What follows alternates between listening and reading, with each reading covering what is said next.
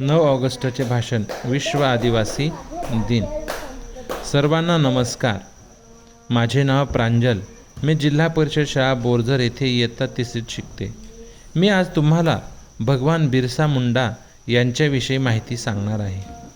भगवान बिरसा मुंडा यांचा जन्म झारखंड राज्यातील रांची जिल्ह्यात उलीहातू गावात झाला। त्यांच्या आईचे नाव कर्मी व वडिलांचे नाव सुगना मुंडा होते। बिरसा मुंडांचे शिक्षण चालू असताना त्यांना धर्मांतराविषयी चीड आली व ते परत आपल्या आदिवासी बांधवांमध्ये आले। त्यांनी आदिवासी बांधवांसाठी खूप मोठे काम केले, म्हणून त्यांना भगवान मानले गेले।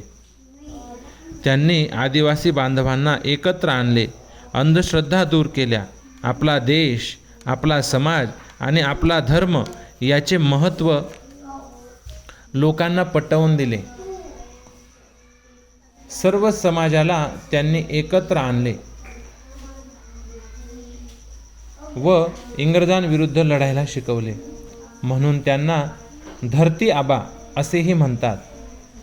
अशा महान बिरसा मुंडांना माझे खूप खूप प्रणाम। जय हिंद, जय भारत, जय आदिवासी।